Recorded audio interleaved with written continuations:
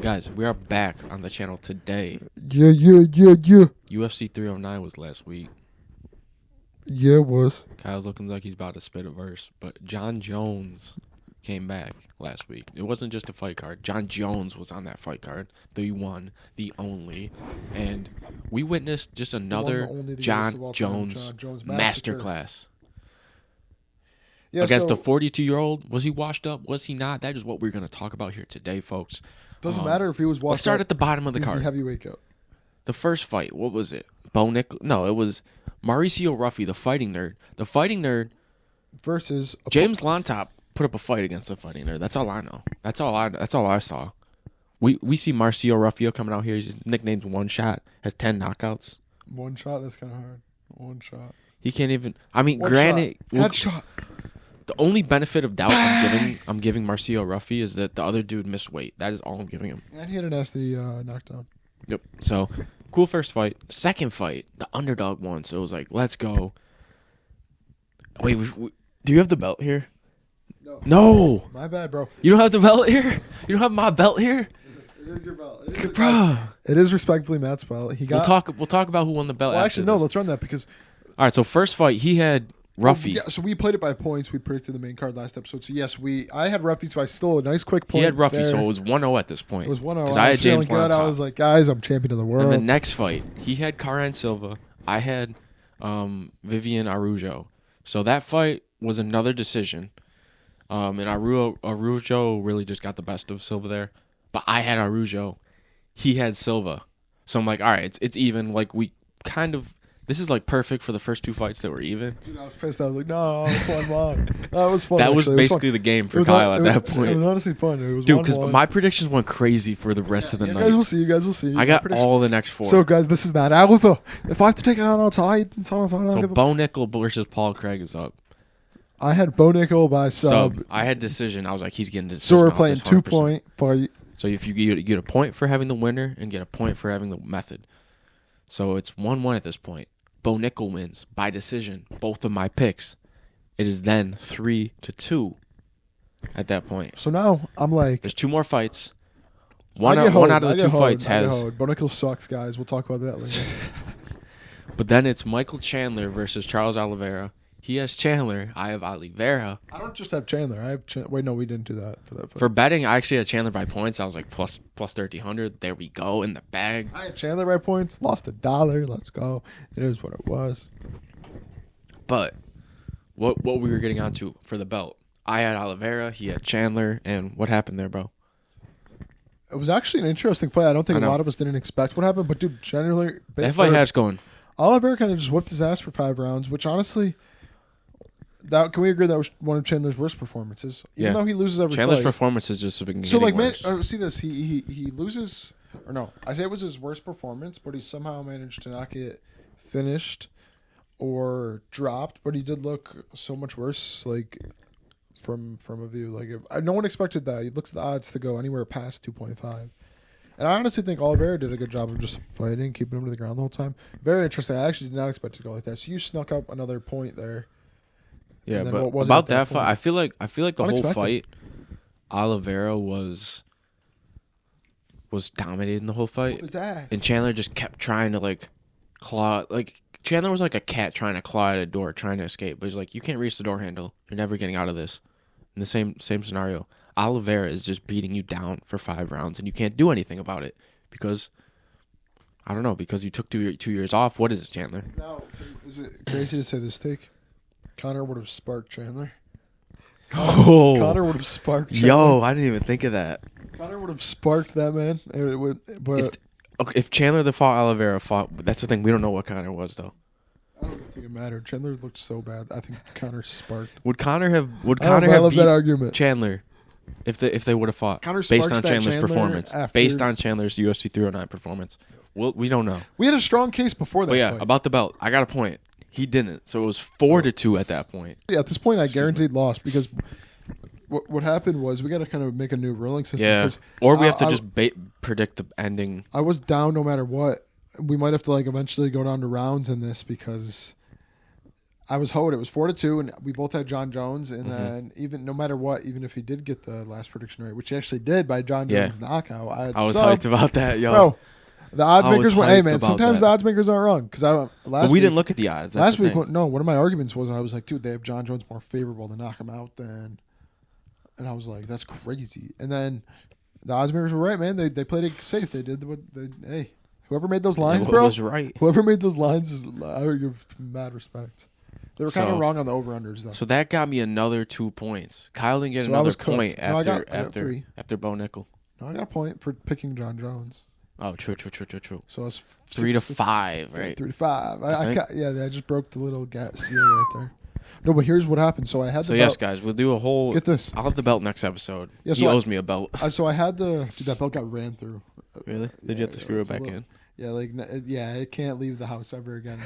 We'll fix it up. We gotta get a stand. No, like when I tell you there's like a little hash mark that can't come out either. I don't know what we did to it, but that's gonna come next episode. But I had the belt in my car, so my car looks sick right now on the inside. With the belt in it? No, because she had to take everything out, so I had the belt in there. She took everything out. Dude, what are the chances of that?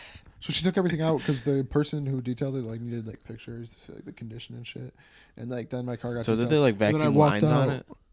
Dude, they vacuumed they did crazy shit. Really? They cleaned every cushion. So that was the fights. That's how the fights went.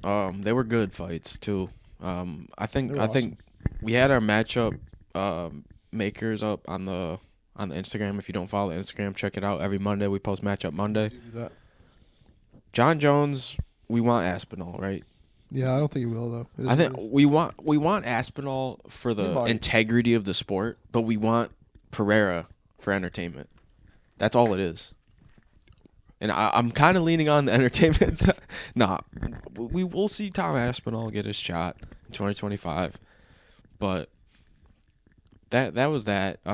Charles Oliveira, I think he title shot Oliveira. Bucket, yeah, I agree. Right? Who else could he fight? Armin. Well, after Armin fights Islam, who knows when that will be. Bo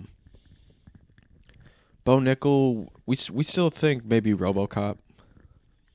Yeah. You fucks with that RoboCop pick? Yeah, the Bo Nickel fight. I wasn't necessarily pick. I think we kind of low-key knew this about Bo Nickel after his last fight with, what was it, Greg Hardy? Or not Greg Hardy. Who the fuck did he fight before Cody Brundage. He sucked. So, that fight, he nearly went to distance with a guy who sucked. Yeah. So, once he was fighting an actual mid-fighter in Paul Craig, I was like, hang on. Once you picked... That's what I said. Paul Craig's not going to get finished. My moment realization was when we made the bet. When I was like, Bo Nickel sub, I was like, he's not getting a sub, bro. You could barely get a sub against Cody Brums, and now he's fighting Paul Craig, which Paul Craig has beat Ankalaev. Okay, so... And has beat Jamal Hill. So, is Bo Nickel the He has 2 great wins. So, no, but honestly, the win didn't necessarily impress me. But Bo Nickel did what he needed to do. Got his hand raised. He's kind of taking the Ian Gary route. He fights twice a year, his run's basically. Not that impressive, but he's doing what he needs to do, and that's win fights. Do you know what he's doing? He's not fighting as much, but he's also one of the biggest names in the sport. Yeah, that's at the same time. So I feel like he's one of the smartest fighters too. Respect to He Bo already has Nickel. established his career as one of the best wrestlers of all time. Yeah. He's kind of in the UFC for fun and now seeing what he can do. I know that he just had a newborn baby. That was a test. That's why he wasn't fighting for a while. So he's kind of just doing this shit, and he's doing what he needs to do. Is it impressive? No. Is he overhyped a little bit? Yes. I'm going to say yes. But he's doing what he needs to do, get a win. So I'm always hyped to see him fight, but like you said, it's too little. So I think a fight like Paul Craig was good for Bo Nickel, in the fact that he realized, okay, there's some comp. Yeah, he's like, this is some comp. You know what I mean? Like this isn't my. We could maybe call this his junior year at this point. He actually had some It feels like it's his junior year. DC at one point in the fight, and I didn't hear this, was like, he said something at the about end. Hamza Chimaev, what would Hamza do to him or sell him? It's like, why are you even saying that? He's so far away from Hamza. That's a different realm, though. You know what I mean? Wrestling as well. You can't even say that. Like saying Bo Nickel when he just beats an unranked fighter against someone in the top 5. It's like, what are you talking about? Also, saying one of the best wrestlers can't beat one of the best wrestlers is crazy. It would be a good matchup. It would be a fun matchup. People don't understand styles make fights. I think the Hamza any given night. Yeah, so listen, do with that as you will. Nickel train. I think he is overhyped in the aspect of like the odds makers are having these lines at a crazy amount, and it's just free money right now. Like minus 1,000. It's like minus 1,000. Like, bro, that is not. Do you think we see him below minus 500, 100%. like minus 400. 100%. You don't think he's gonna be? Let's make it. You think his minus 1,000 days are over? They should put a bet on that. Here's minus 1,000 days over. Yeah, our Bo Nichols minus 1,000 days over, folks. Leave it in the comments. I'm clip farming at this point. What fight after that was this? We already talked about Oliveira. We want Sorry You Can. We already kind of did that. We already said this, but do you guys think the Chandler that fought Oliveira would beat whatever that McGregor was that would have fought? Chandler. Thinking about it harder, I think he would. You think Chandler beat that Conor? I don't think Conor had shit going on when he was about to fight. I think Conor sparks Chandler, dude. That Chandler he sparks, because we knew this going into the fight that Charles Oliveira was one of the most hittable lightweights on the planet, and I don't even think Chandler hit him. The only time he hit him was when he hit him with an illegal strike to the back of the head. Whoa. So hey, I think Conor being one of the most accurate lightweights, and Chandler never even really being that good in the UFC, right? He lost against Poirier, loses against Gaethje, gets a good win against Hooker, but gets knocked out right after against Chandler's or Oliveira. So I do think any Conor sparks that Chandler. I really do. I think honestly, I just can't. I don't know how much drugs affect you. I don't know. This is why it would be interesting to see Conor come back. But I feel like he always looks sharp in his training, as to where other fighters, when they come back, they're like they just look mid. I don't know. You know, if you guys, I'm gonna test out this light up here for a little bit, just for a couple minutes, just to see how it looks. People are roasting your voice crack in the newest reel. That's all right. But I was like, I didn't even notice it. Can we react to it? Today at 6 a.m., Peter Yan fought. Peter fucking y'all motherfuckers! I told y'all, roll the clip. We gotta find the clip. But Peter Yan, champion 2025, y'all. We knew what you heard it on Fight Geeks podcast first. Guys, I'm not gonna lie, I'm slightly off on the prediction, but I didn't anticipate Peter Yan's injury. Wait, did you say 2024? Yeah. I thought it was 2025 the whole time. I said the end of 2024. No. Guys, no. Shut up, guys. So what? Cut. Okay, so what happened was he had an injury. I didn't anticipate that, but guys, if you take away the injury, it's the end of 2024. But guys, beginning of 2025, roll the clip. That's basically what I said. And honestly, guys, the thing about it is we were right the whole time. We knew Peter Yan had the skills. I still think he won to this day, that Sean O'Malley fight. So guys, Yan, in spite of Peter Yan winning, we're gonna go to Walmart and just start screaming Peter Yan, champion 2025, and see what Walmart residents do. So, we are going to be just reacting to it and talking about it. So I think what Peter Yan does here, he accepts this Merab call out, denies it, and say, nah, I'm going to featherweight. And he's knocking out Topuria. Oh, who's knocking out Topuria? Yeah. No, I think he does. We've never seen Peter Yan drop. We clip farming. MMA clip farming. You should say it for real at all. Let's actually. But guys, Peter Yan was back. He demolished Davison Figueiredo, a.k.a. God of War, but in Brazilian or Portuguese. I want to say about Conor McGregor. Remember when Alex Pereira had that little altercation? Yeah, what happened to that?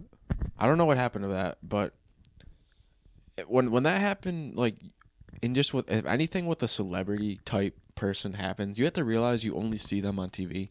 You don't know their life. Like, we can respect McGregor as a fighter all we want, but if he actually did this, well, we definitely know it's crazy. But yes. We can't keep wearing his shirts and I don't know. I don't know. Let me know what you guys think about this. But you can respect somebody as like a fighter, but what they do behind the scenes, like, we're not forced to respect that, and they could lose respect. Yeah, Jon Jones. But somehow Jon Jones didn't. Connor's is gonna be swept under the rug, and Jon Jones has beaten his wife. There's literally a telephone call of. Why are we supporting Jon Jones? This is Jon Jones' son. He's on the phone with police saying, hey, like, my dad's hitting my mom. And then the cops pull up and, like, then Jon Jones, this is on his Hall of Fame inductee night as well. So he gets inducted into the Hall of Fame, makes his speech on stage, goes out back to his hotel, ends up, there's a phone call of one of his sons saying he's hitting his mom, and then he's outside hitting his head on a police car. On footage. On film, you can look up Jon Jones' I saw that body cam. He's hitting his head on the car. The dude's definitely a psychopath. That's why he's the GOAT. But yeah, fighters are not as good as they are in the octagon. But like Jon Jones, there's living, walking proof that he's on steroids, that he beats up his wife. These other fighters, it's always accusations, like Pereira swept under the rug. Connor's, who knows what's going to happen with it. Right now it's hot. So publicized. Right now it's hot, just like Jon Jones was. But as soon as into it. But you know what? Connor's the biggest moneymaker in the world, in the sport. So it's going to be swept under the rug by people like Dana White. Anyone who forgave Jon Jones is forgiving Conor for this. All I'm saying, and that's guess what? The whole industry, UFC's got like their own little Hollywood inside it. You know, like some where like they don't care. Some messed up stuff. Because it was kind of like Nina Drama. Even though I don't really care about her, she she loves Jon Jones, praises him every time she gets knowing this information about him, but then bashes on Guru. Guys, people are just shills in the UFC and they support what's right, and they're going to continue to support Conor McGregor, regardless of if the accusations are true or not. Conor's the biggest moneymaker, so they're going to tell him. That's what they do, dude. Anyone UFC media is a shill, and they'll agree with besides us, the media. Besides us. So I don't know. I don't know what the accusations are. So I don't pick anything. Like you said, we support him as fighters. Come to us for an honest opinion about things. No, I'm just guys, so that was episode 83. I gotta be legit. Guys, so that was episode 83 out here. Yeah, guys, you might be wondering why he's got the hood up. But no, I'm just kidding. It's cold as hell in here, guys. Y'all saw the intro. In here. Y'all saw the intro. Y'all saw the vlog on the second channel. The first link in the description. Yeah, you should put a clip in the pod. Go check out the full vlog of the freezing room. It's actually kind of warmed up. But guys, it's been real.